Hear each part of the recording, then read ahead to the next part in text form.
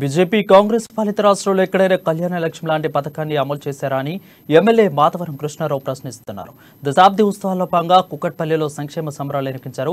ఈ కార్యక్రమానికి ఎమ్మెల్యే మాధవరం కృష్ణారావు హాజరయ్యారు.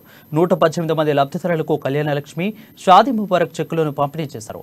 ఎమ్మెల్యే మాట్లాడుతూ తెలంగాణ వచ్చాక నియోజకవర్గంలో 44,000 మందికి సంక్షేమ పథకాలను అందజేశామన్నారు.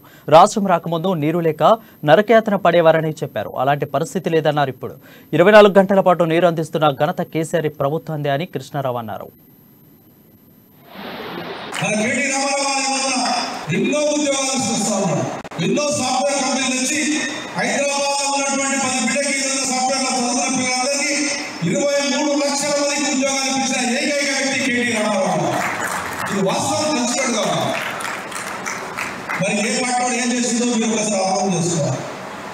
గతంలో ఏ పార్టీలో ఏం చేస్తుందో మీరు ఆలోచిస్తున్నారు.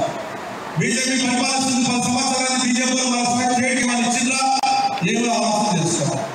మా ప్రభుత్వం వచ్చిన తర్వాత మన తెలంగాణ రాష్ట్రం వచ్చేసరికి పదేగా నిధులు ఇచ్చాం, 10 మంది స్కీములు ఇచ్చాం. వాళ్ళేమి ఇచ్చింది ఒకసారి ఆలోచన చేస్తాం. రోడ్డు ఇస్తాం, అప్పుడు చూడు కాదు ఇచ్చి చూపెట్టాడు. మా గ్యాస్ ధర దిగించండి, నా వల్ల చేయండి.